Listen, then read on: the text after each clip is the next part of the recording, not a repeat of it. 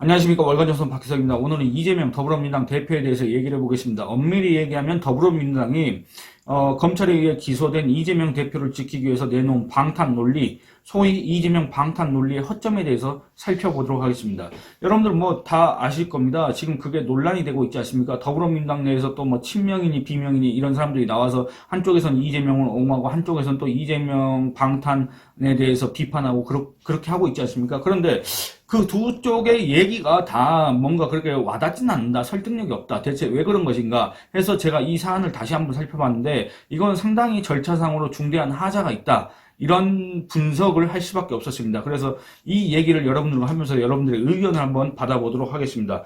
일단은 여러분들 이 이재명 대표를 검찰이 성남FC 후원금 의혹과 대장동 의혹 이걸로 해서 뭐 제3자 뇌물이니 배임이니 이런 혐의로 기소를 했다는 게 오전 11시인가 알려졌지 않습니까? 그런데 더불어민주당이 이거에 대해서 최고위원 회의를 열고 최고위원 회의에서 부당한 정치 탄압이다라는 이유로 이재명 대표의 직무 정지를 하면 안 된다라는 이런 의결을 했습니다. 그러니까 이게 뭐냐면 더불어민주당 당헌 제80조 1항에 따라서 부패 연루자에 대한 제재라는 그게 있습니다. 그러니까 부패 연루자에 대해서는 기소가 됐을 경우에는 사무총장이 직무 정지를 하고 기소와 동시에 직무 정지를 하고 뭐 이런 내용이 있지 않습니까? 이런 내용이 있는데 최고위원회에서 정치 탄압이라고 이렇게 주장을 하면서 이걸 당무위로 넘겼고 당무위에서는 이 최고위원회의 유권 해석을 인정을 했다 그겁니다. 이 걸린 시간이 불과 7시간입니다. 여러분들 다른 사람도 아니고 당 대표입니다. 당 대표가 또 다른 혐의도 아니고 부패 혐의에 지금 연루돼가지고 기소가 됐지 않습니까? 그런데 거기에 대해서 7시간 만에 소위 말하는 속전속결로 이렇게 처리하는 게 과연 타당합니까? 정말 치열한 논의를 해야 되는 거 아닙니까? 정말 이거저거 다 따져봐야 되는 거 아닙니까? 그런데 이거를 불과 7시간 만에 이렇게 결론을 내가지고 이재명 대표 계속 유지해야 된다. 대표로서 권한을 계속 행사해야 된다. 이런 결론을 내렸다는 겁니다. 그것도 더군다나 김의겸 대변인의 애초 발표에 따르면 만장일치로 했다는 거 아닙니까? 김의겸 대변인이 뭐라 그랬냐면 검찰의 정치적 탄압이 이미 너무나 명백하고 탄압 의도에 대해 당이 단결 단합하는 모습을 신속히 보여주는 것이 필요하다는데 의견을 모았다. 이렇게 얘기합니다. 여러분들 아까 말씀드렸다시피 당 대표의 부패 혐의와 관련해서 기소가 된 사람인데 이게 신속하게 단결 단합하는 모습을 보여줘야 될 사안입니까? 그런데 이런 소리를 하고 있다 그겁니다. 그리고 또 공소장도 지금 읽어보지 못한 상태에서 대체 어떻게 정치 탄압을 운운할 수가 있느냐 이런 어떤 지적을 받자 김의겸이라는 사람은 이렇게 얘기합니다. 공소장을 받아보려면 일주일이 걸린다. 이 기간 동안 당무에 공백과 혼선이 있을 수 있다. 이렇게 주장을 했습니다만 여러분들 만약에 이재명 대표의 직무가 정지가 될 경우에는 원내대표가 또 원내대표 있지 않습니까? 박홍근 원내대표. 박홍근 그 원내대표가 권한을 대행하면 끝나는 겁니다. 공백은 있을 수가 없습니다. 그런데 무슨 공백을 운운하고 있습니까? 그리고 혼선의 뜻이 뭡니까? 말이나 일 따위를 서로 다르게 파악하여 혼란이 생긴다는 뜻을 갖고 있습니다. 그런데 이재명 대표가 당대표 직무 정지를 한다. 당대표 권한을 정지당한다고 해서 무슨 혼선이 생기냐 그겁니다. 당대표 권한대행이 분명히 있을 텐데 그리고 최고위는 계속 그대로 유지가 되고 다른 당내 조직들도 계속 정상 가동되는데 어떤 혼선이 생기느냐 그겁니다. 그렇기 때문에 이 김의겸 대변인의 이런 주장은 정말 설득력이 없다. 이렇게 얘기할 수밖에 없습니다. 그러니까 이 김의겸이라는 사람이 전한 당무위 논의 내용과 그 결과를 보면 이재명 방탄의 주요 논거인 당헌 있지 않습니까? 더불어민주당 당헌 제80조 부패 연루자에 대한 제재 이 내용이 있습니다. 이 내용에 대한 해석에 대해서 논란이 계속될 수밖에 없습니다. 실제로 이 더불어민주당 당헌 제80조를 보면은 이들 주장과는 다르게 해석할 수밖에 없습니다. 그 내용을 살펴보겠습니다. 먼저 그 내용을 살펴보려면 이 더불어민주당 당헌을 제대로 알아야 됩니다. 이들이 주장하는 대로 이들이 해석하는 대로 이렇게 보도가 되고 있지 않습니까? 그런데 그거 말고 그냥 그 원문 그대로 봐야 된다 그겁니다.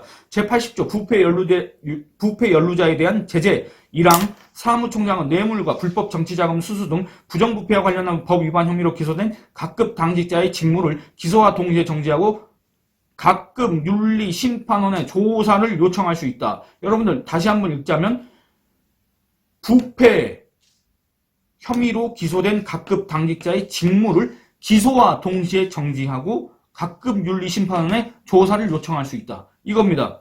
그러니까 부패 혐의로 기소될 경우엔 사무총장은 당직자 직무를 기소와 동시에 정지하고라고 분명히 돼 있지 않습니까? 그런데 더불어민주당의 조정식 사무총장은 기소와 동시에 이재명 대표의 직무를 정지시켰습니까? 정지했습니까? 그렇지 않았습니다. 여러분들 그런 소식 들어본 적 있습니까? 그리고 가끔 윤리심판원이라고 한다면 이 당 대표 같은 경우는 중앙당에 있으니까 중앙당 윤리심판원에 이에 대한 조사를 요청해야 되는데 요청할 수 있다고 했지만 그 사안의 중대함을 감안했을 때는 분명히 요청을 해야 되는 겁니다. 그렇지 않습니까? 그런데 가끔 윤리심판원에 조사를 요청할 수 있다고 돼 있는데 조정식 사무총장은 중앙당 윤리심판원에 이재명 대표에 대한 그 조사를 요청했습니까? 이 사람이 이렇게 했다는 걸 저는 듣지도 보지도 못했습니다. 여러분들은 혹시 이런 얘기를 들어보셨습니까? 혹시 이와 관련된 기사를 보셨습니까? 문제는 다음 대목입니다. 이게 가장 핵심적인 이재명 방탄 논리인데 이재명 대표를 옹호하는 측은 이걸 완전히 지금 잘못 해석했다. 이런 비판을 받을 만한 소지가 있습니다. 애초에 이걸 제대로 해석할 의지가 없었는지도 모르겠습니다만 어쨌든 더불어민주당 당원 제80조 3항 제1항에도 불구하고 아까 제가 읽어드린 게 제1항이지 않습니까? 제1항에도 불구하고 정치 탄압 등 부당한 이유가 있다고 인정되는 경우에는 당무위원회의 의결을 거쳐 달리 정할 수 있다고 되어 있습니다. 그런데 이 3항은 직무정지 또는 윤리심판원 징계 처분 이후 당무위원회가 그 결정과 다른 결정을 내리는 걸 뜻한다고 얘기할 수가 있겠습니다. 얘기가 좀 복잡할 수 있겠는데 여러분들 그렇습니다. 그러니까 사무총장은 직무 정지를 기소와 동시에 그 직무를 정지하고 가끔 윤리심판원에 조사를 요청할 수 있다. 이렇게 되어 있지 않습니까? 그런데 1항에도 불구하고 당무위원회의 의결을 거쳐 달리 정할 수 있다. 뭘 달리 정합니까? 아니 결정된 게 없는데 뭘 달리 정하냐 그겁니다. 애초에 이거 자체가 얘기가 벌써 안 되는 거 아닙니까? 그 다음 4항에 아주 핵심적인 내용이 있습니다.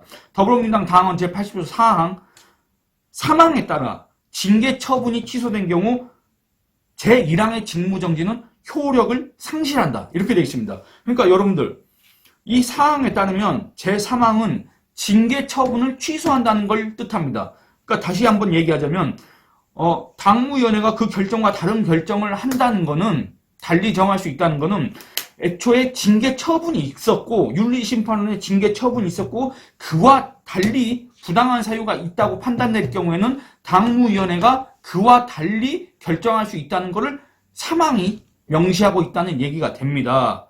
그러니까 앞서 1항에서 사무총장이 기소와 동시에 그 직무를 정지하고 가끔 윤리심판원에 조사를 요청하면 어떻게 됩니까? 윤리심판원의 권한이 또 있지 않습니까? 더불어민주당 당원 제77조 중앙당 윤리심판원의 권한과 의무를 보면 중앙당 윤리심판원은 상벌안의 심사 의결 및 결정권을 갖고 있습니다. 그렇기 때문에 조사를 요청했지 않습니까? 이재명 대표에 대해서 조사를 요청하면 이재명 대표에 대해서 이 중앙당 윤리심판원이 조사를 하고 그에 따라서 이 징계 처분을 할 수 있다. 징계를 하지 않을 수도 있고 징계를 내릴 수도 있다. 이겁니다. 이 결정권을 윤리심판원이 갖고 있다. 그겁니다. 그러니까 여러분들 이걸 종합을 해보면 어떻게 되냐면 더불어민주당 해당 당원에 따라서 그 순서를 다시 구성해보면 이렇습니다. 검찰의 기소, 그 다음에 사무총장의 직무 정지 및 윤리심판원 조사 요청, 당원상 윤리심판원의 상벌한 심사 의결 및 결정, 그리고 이거를 최고위원회에 보고하기로 되어 있습니다. 최고위원회 보고, 최고위원회는 이를 당무위원회에 부의, 그리고 당무위원회는 윤리심판원이 의결한 상벌안의 재심사를 요구하거나 또는 더불어민주당 당원 제80조 3항에 따라서 징계 처분 취소, 그 다음에 결국에는 80조 4항에 따라서 직무정지 효력 상실 이렇게 된다 그겁니다.